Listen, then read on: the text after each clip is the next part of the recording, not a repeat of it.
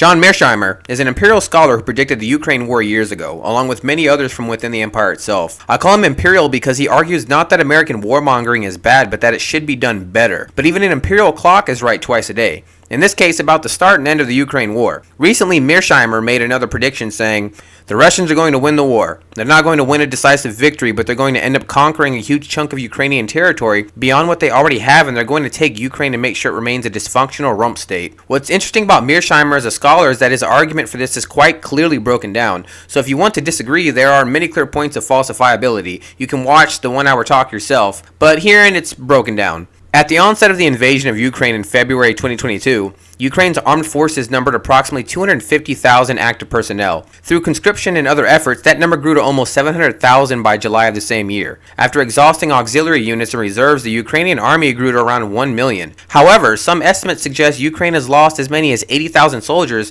and a further 400,000 have been wounded. Ukraine has therefore lost between 20% and 25% of its initial active force. Russia, meanwhile, has by some estimations lost some 60% of its pre-war active military personnel, but still has a stronger army overall. Russia began with 1.45 million active personnel in 2022. By April 2022, that number grew to 1.5 million, following a decree by Russian President Vladimir Putin to expand the armed forces. Russian casualties are believed to be as high as 900,000 and deaths as many as 250,000. However, it's hard to determine just how accurate these reports are. If true, it means Russia has lost substantially more soldiers than Ukraine, but doesn't mean Ukraine has the upper hand. Despite heavy losses, Putin is reportedly facing few obstacles in recruiting new troops. U.S. intelligence assessments suggest that Russia's conscription system and financial incentives could allow it to sustain high troop levels for at least another 2 years. The base assumption of Mearsheimer's argument is that the Ukraine war is a war of attrition. I won't get into that beyond, well, look at it. On top of that assumption, he says that victory in a war of attrition depends on 3 factors: resolve,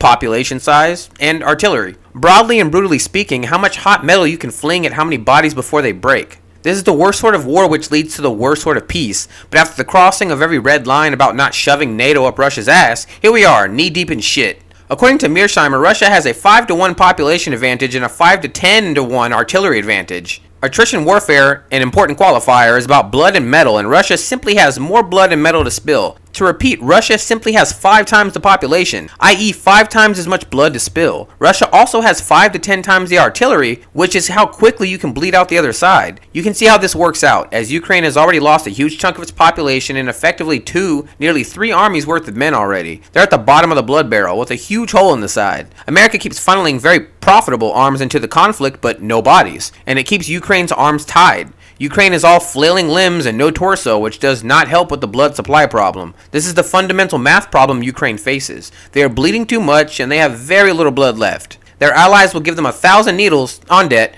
but no blood transfusions. And so inevitably, this patient will die. This is what's meant by winning in a war of attrition. It's pretty fucked up. So much of war reporting is about maps, but it's really about men and materiel. Territory is tactics, but it's not strategy. In many ways, territory is what you get after you kill the enemy, not how you kill them. In this theory of war, the point is not finding land and taking it, but finding men and materiel and destroying them. Hence, as much as Western media crowed about Putin failing to capture Kiev, it's unlikely that this was ever an objective. It was likely a feint to pin Ukrainian troops there while Russia was able to set up a defensive line around the Donbass. Then the Ukrainians, nominally defending their land, became attackers, a role which traditionally carries 3-to-1 casualties. Then the Russians retreated to a second defensive line, which made map jockeys cheer, but all the while the cruel math was destroying the Ukrainian military at an atrocious rate. Population. When we're talking about fighting numbers, the picture is even worse. Ukraine has already effectively thrown and lost 2 armies into the fight. Western media and its consumers talk about how Russia is depending on the mercenary Wagner group like that's a bad thing. But all this means is that the mainline Russian troops haven't been engaged yet. Meanwhile, they talk about Ukraine throwing children and old men with Panzerfaust into battle. It seems as though Russia has been systematically destroying multiple iterations of the Ukrainian army without fully engaging its mainline forces. This horrible state of affairs is constantly spun as inspirational for Western audiences, so war profiteers can keep bleeding them for blood money. But for Ukraine, it's just blood, and they simply don't have enough.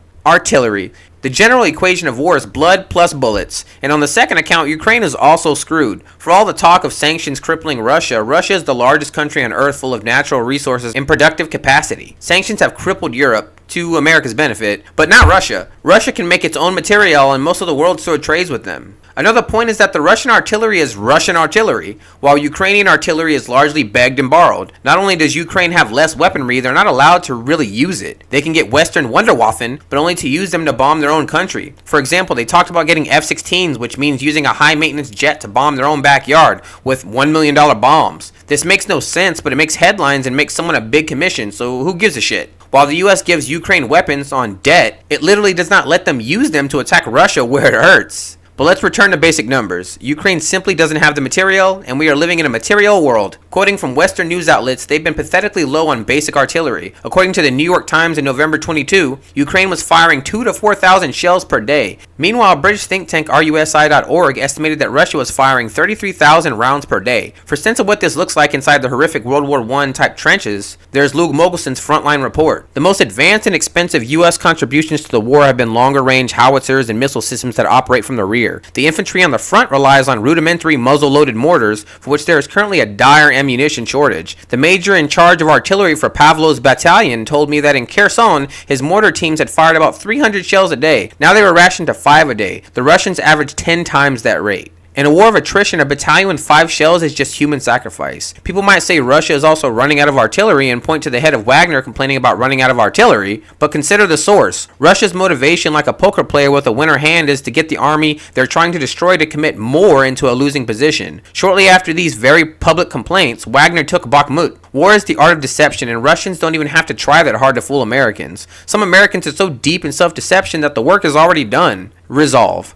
Resolve or morale is tricky because it can't really be measured, but makes a huge difference. The Western media loves to talk about resolve because fuck math, it's boring. Mainstream media's job is producing emotive stories to sell deadly toys like Paw Patrol for homicidal adults. While Ukrainian resolve is indubitable, their country is under attack, so is Russian resolve, which Westerners willfully do not understand. People outraged about China building up its military in China refuse to understand how Russia feels about enemy troops on its border. Mearsheimer breaks this threat perception down into 2 parts. First is how threatened Russia felt by NATO fiddling with Ukraine before the war and how much more threatened it feels now. Westerners often talk about killing Putin, regime change, and dismembering Russia. This only strengthens Russian resolve, making Ukraine an existential fight for them as well. What is highly dubious is American resolve. First off, we have no skin in the game, and second, our military has been losing wars and abandoning allies for decades. The great American innovation and empire has been figuring out that there's money in losing wars. You can loot your own treasury, fuck over your allies, and do it all far from home. Recent history is full of discarded American allies, frozen conflicts like in Korea, and outright devastation of countries we purported to save. Territorial gains and losses. As of May 2025, Russian forces occupy approximately 43,572 square miles of Ukrainian territory, accounting for around 18.7% of Ukraine's landmass. As it stands, Ukraine's territorial gains inside Russia are very limited, and its military has not regained major occupied regions like Donetsk, Luhansk, Crimea, or significant chunks of Kherson or Zaporizhia. From this perspective, Russia has the upper hand, and it is not by a close margin. Supply chains and production. Ukraine has significantly bolstered its defense industry, with approximately 500 arms producers employing nearly 300,000 people as of 2024. This year, the sector's capacity is expected to reach $35 billion, up from $1 billion at the outset of the war. Ukraine now also produces roughly 1/3 of its military equipment domestically, with near total self-sufficiency in drone production thanks to the amateur drone enthusiasts creating as many as 100,000 drones per month. While Ukraine still relies heavily on NATO countries for its large weaponry, Russia has been almost entirely dependent on its own resources since the invasion began. Russia continues to rely on its extensive industrial base to this day, producing an estimated 3 to 4.5 million artillery shells annually, which is almost triple the combined output of Europe and the United States. Sanctions, however, have led to some challenges, including a 22% reduction in funding for aircraft production as a result of manufacturing delays. Both countries have developed significant wartime production capabilities, but Russia remains more self-sufficient, and if NATO support were withdrawn, Moscow would be able to sustain its war efforts far longer than Kiev. Russia holds more territory, has greater self-sufficiency in weapons production, and maintains a larger pool of manpower despite heavier losses. By no realistic metric could Ukraine be described as winning this war at this stage, a reality that likely explains Kiev's rumored willingness to make territorial concessions as part of what might hopefully be the last round of negotiations. A bloodbath. Since resolve is roughly equal on the Russian-Ukrainian side and actually drained by the Americans, all that's left is population and artillery. Here, as mentioned, Ukraine is cooked. Russia wins by sheer attrition, but it's a terrible victory which merely moves their NATO problem a few years forward and fuel blast over. As you can see, there are no good guys here, no winners and losers when it really comes down to it. Russia will win this war, but what do they win? A fucking ruin. This has been brutal, grinding trench warfare like World War I, leading to deeply embittered people on both sides, and you know how that worked out last time.